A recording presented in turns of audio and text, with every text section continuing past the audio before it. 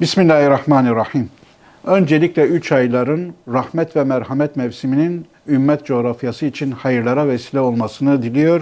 İyiliğin kervanı olarak her zaman mazlumların, mağdurların, ihtiyaç sahiplerinin yanında olmaya devam edeceğimizi belirtmek istiyoruz. Yüce Rabbimizden Recep ve Şaban'ı hakkımızda mübarek kılmasını ve bizleri mübarek Ramazan'a ulaştırmasını niyaz ediyoruz.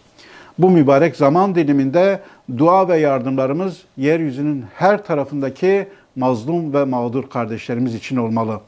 Bugün dünyamızı doğal afetler, hastalıklar, savaşlar ve musibetler kara bulutlar gibi sarmış durumdadır. Başta Gazze, Sudan ve Doğu Türkistan olmak üzere özellikle İslam coğrafyasında masum çocukların, kadınların ve yaşlıların maruz kaldığı zulümler insani ahlak ve merhametin sınırlarını paramparça etmiş durumda. Mazlumların yükselen feryadı insan olan herkesi derinden sarsmakta ve meydana gelen ağır mağduriyetleri gidermek için dünyanın her yerinde iyiliğin neferleri gece gündüz çalışmaya devam etmektedirler.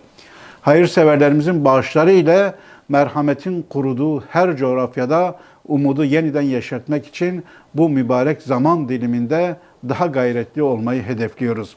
Bu vesileyle umut kervanı olarak İslam ümmetinin mübarek 3 aylarını tebrik eder, hayırlara vesile olmasını Rabbimizden niyaz ederiz.